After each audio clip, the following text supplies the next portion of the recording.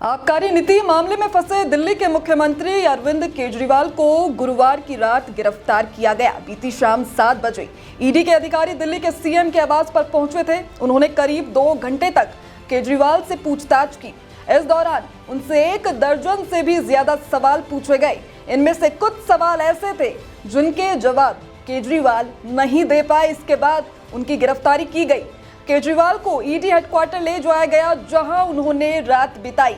यह घटनाक्रम ईडी के समन के संबंध में दिल्ली हाईकोर्ट के द्वारा केजरीवाल को अंतरिम राहत देने से इनकार करने के कुछ घंटे बाद हुआ।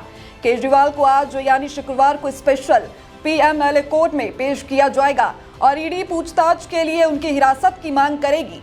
दरअसल जांच एजेंसी पूछताछ में शामिल होने के लिए केजरीवाल को 9 समन जारी कर चुकी थी, लेकिन उन्होंने लगातार समन को नजरअंदाज किया। साथ ही वो समन को गैर कानूनी बताते रहे।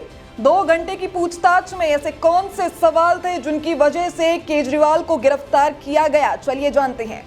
सबसे पहला, सरकारी कंपनियों से लेकर शराब वितरण का काम प्राइवेट कंपनियों को क्यों दिया गया। दूसरा, आपकी मौजूदगी में शराब कमीशन को 5% से बढ़ाकर 12% किया गया था या नहीं। तीसरा, शराब के कमीशन को होलसेलर के लिए 5% से 12% बढ़ाने का आपने विरोध क्यों नहीं किया। चौथा, के कविता ने शराब का कमीशन 5% से बढ़ाकर 12% करने का विरोध किया, उसे क्यों हटा दिया गया। पांचवा, शराब कारोबारी समीर महिंद्रू को विजय नायर को माय बॉय बताकर पैसे देने का भरोसा करने के लिए फेस टाइम पर कहा या नहीं। छठा, शराब के कमीशन को रिटेलर के लिए 185% कर दिया गया, इसकी जानकारी आपको थी या नहीं। सातवां और आखिरी, आबकारी नीति की योजना किसने तैयार की थी, ये योजना किसकी थी। यहां बता दें कि दिल्ली सरकार ने 17 नवंबर 2021 को नई शराब नीति लागू की थी। इस नीति के तहत राजधानी को 32 जोन में बांटा गया और हर जोन में 27 दुकानें खोलने की बात कही गई। इस तरह से पूरी दिल्ली में 849 शराब की दुकानें खोली जानी थी। इस नीति की तरह सभी सरकारी ठेकों को बंद करके सभी शराब की दुकानों को प्राइवेट कर दिया गया, जबकि इससे पहले दिल्ली में शराब की 60% दुकानें सरकारी और 40% प्राइवेट थी। नई नीति लागू होने के बाद सभी 100% शराब की दुकानों को प्राइवेट कर दिया गया। दिल्ली सरकार ने इसके पीछे तर्क दिया कि इससे 3500 करोड़ रुपए का फायदा होगा। यही नहीं, दिल्ली सरकार ने शराब की दुकान के लाइसेंस की फीस भी कई गुना बढ़ा दी थी। इसके तहत जिस L1 लाइसेंस को हासिल करने के लिए पहले 25 लाख रुपए देने होते थे, नई नीति लागू होने के बाद उसके लिए ठेकेदारों को 5 करोड़ रुपए चुकाने पड़े।